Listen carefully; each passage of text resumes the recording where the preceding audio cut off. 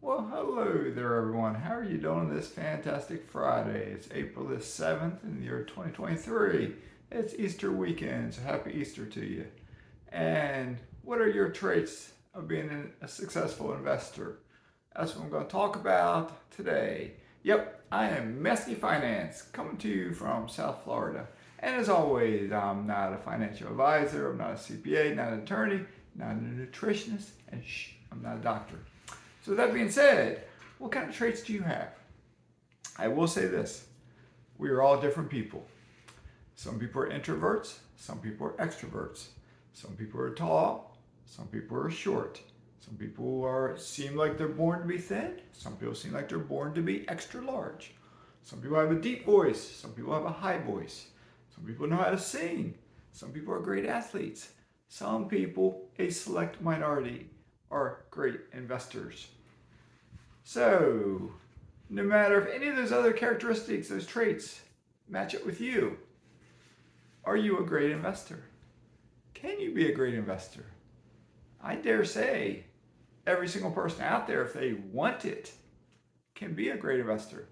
However, most people do not want it, and they don't. I know real estate investors in my mastermind group, my former mastermind group. They weren't serious real estate investors. Oh, they weren't. I never told them that, but they're not. Some of them are, a couple of them are, but the majority of them aren't. They might think they are, but they're not. Not as of yet. There's still time to prove me wrong. Not as of yet. Okay? So, with that being said, here's something else I am doing today, I've done today already. As you know, I've gone through various rounds of testing for two different companies. Kind of like three, because my doctor gave me a blood test 3 or 4 weeks ago. I had that done, but I'm not counting that. I had functional health, take 22 tubes of blood, and a urine test. And I did get some of the first results from the lab I did see today. Okay, I went on 2 different days. I haven't seen both sets. And even though I will see the results, the company, once they get them, they'll take another month or so to give me feedback on the test results. Okay. As well, I'm wearing a continuous glucose monitor right up there. It's probably backwards in the camera, but it says Zoe, Z-O-E. It's from the Zoe Foundation. There's links below for both these companies. And we've been wearing this since Sunday night. It's now Friday. It's been interesting. It's been fascinating. And one thing I came to learn is the majority of fruits that I eat, the majority of vegetables that I eat, do not spike my blood sugar. Fruits can be high in sugar. Kiwi is very sweet. A grapefruit is very sweet. They don't spike my blood sugar. They might go a little. Basically, it goes like that. What spikes my blood sugar the most is when I eat my morning bowl of oatmeal. And I do put berries in it, so I was thinking the berries might be doing it. This morning, I'm doing a challenge with Zoe. I only had a large bowl of oatmeal. No fruit, no nothing in it, just oatmeal. No cream, milk, nothing, no seeds, nothing, just oatmeal. And my blood sugar still went up. It did the typical rise up. It didn't go quite as high as it has been, I don't think, but it still went high. So I think what it is the oatmeal itself. It's a grain. It's kind of white. I'm not positive of this, but it might be a high glycemic. And I'm not diabetic. It's not rising it to the diabetic level, nothing like that. But for the foods I eat, it's rising my blood sugar higher than other foods, which is interesting. Doesn't mean I need to stop eating it. Just I need to be aware of it. Okay? So with that being said, I started the process to do a third round of testing coming up. You may like this one. If you don't like the first two, you may like this one because traits. Remember how I mentioned traits for investors? Traits, I'll get feedback on my traits. The missus will get feedback on her traits, along with other stuff. Yes, what we're doing is DNA testing. All right, we're using a company called 23andMe. You may have heard of them. They've been around for several years. I've looked at them before. There's a handful of companies that will do DNA testing. You can check them all out. They all got the pros and cons. They do different things. 23andMe has something like, what did they say, 12 million people they've tested? I think it's, so they got a database of 12 million DNA so far. There's what, 8 billion people in the world? Okay, a lot more people to go. So it's just something. So anyway, if you look at the 23andMe website, and I'm not going to talk on this too long, there's 3 levels you can buy to get a package. You can do the basic DNA testing. That's all you need. It's currently at $99, $99. That's what I saw. You can get the basic DNA testing plus more, and it gives you like 30 traits or something like that, genetic traits. They give you something with dealing with your pharmaceutical, your drugs, how your body, based on your DNA, how your body might react to different pharmaceuticals. They do stuff about traits. If you were to have children, what traits, what genetic things you may pass on to your kids. Plus all the ancestor stuff and where you're from and all that kind of stuff.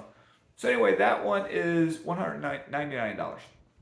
The third package is the first 2, everything in the first 2, plus it gives you some extra reports and stuff, and it gives you a 12-month membership to their site where you'll get more information, okay? That one is on sale, and right now it's on sale for $198. So it gets everything that the $199 package has, but more for $1 less. So we went with that one. And then because it was a second family member, I got a 20% discount on the second person. So it was $198 minus 20% on one of them. So whatever, it came out to like 2 people, came out to like 3, with shipping. Had shipping on there. With shipping, it came up to $377, I think. Okay. So we'll both get it, DNA testing done. I think it's more the spit. I think that's how we do it. So we've had blood, we've had urine, we've had stool sample. Now we're going to have spit sample, DNA. So anyway, investing traits. Here are things that I think successful investors need to have, traits. You need to have grit. You need to have determination. You need to have that follow-through personality. You need to not be a quitter. You need to have the reach down and pull yourself up by the bootstraps to keep on going. Because as an investor, no matter what you invest in, sure, a very small minority of people are successful investors and they get wealthy and never have anything bad happen. Everyone else, which is most of us, will have bad stuff happen. You will have tenants that you need to evict. You will have damage done to a rental house.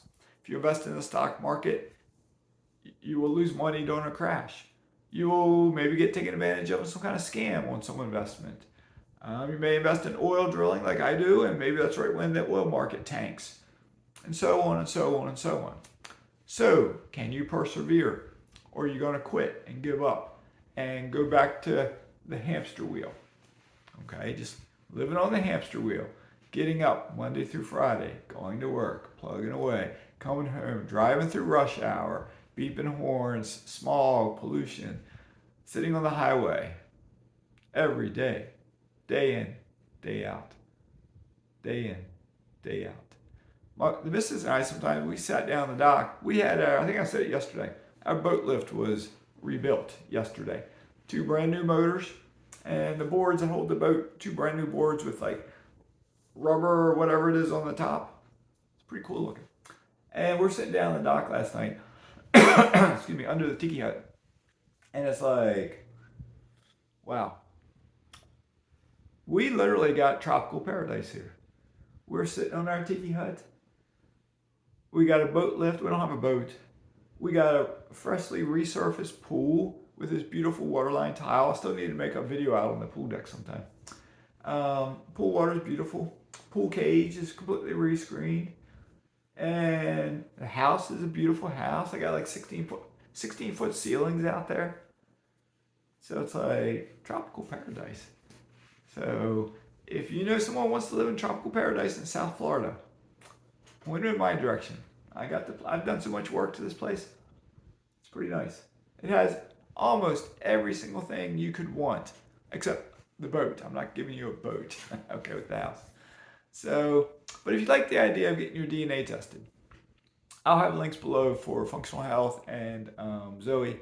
And I will try to get a link for 23andMe, because if you follow that link, you will get at least I think it says at least $10 off.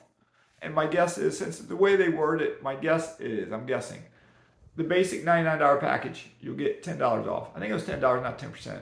It'd still be $10 roughly. But then my guess is if you buy another higher package, you'd probably get more off. It's just a guess. I could be wrong. Okay. So if you're interested, check out their website, dig around. You don't have to use my link. You don't have to use my link for anything. Nothing at all. But then I encourage you to check them all out. Check all three out. If money's tight, maybe you can't do all three right now.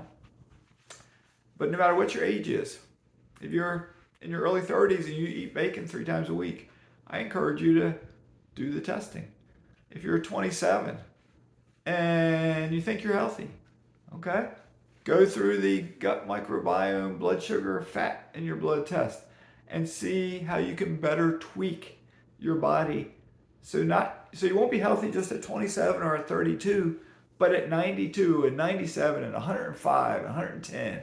Because I'm telling you, if you're young, if you're my age and younger, I dare say you could live to be into your hundreds, 110, 120, possibly beyond that, because things are changing, okay? But if you don't start today, every day you delay starting, you're delaying that longevity. I mean, yes, you can go and correct things down the road, but the sooner you can start, the more healthy you will live, okay? And if you're a typical American, I'll close this out after this thought. If you're the typical American with a typical American diet and you're age 35 or older, I strongly encourage you to go get a colonoscopy, okay? There are people in their 20s getting colon cancer nowadays because of being the typical American, eating the typical American diet. So if you're still going strong in your mid-30s, eating that stuff, because if I got my first colonoscopy at 35, what would they have found? I mean, I don't know. I had my first one at 50 and I was still alive, but I had polyps. Okay, when did those polyps start? When I was 45? When I was 40? I don't know. They grow slowly. They grow very slowly. But they do grow, and they will grow. Okay? So think about it. All right? I'm wrapping this up because me and the missus, we're going to go out soon, and we haven't eaten ice cream in a while. We're going to go get an ice cream, and we're going to see how our bodies respond to it. I'll let you know tomorrow. Have a great day. Maskies signing out.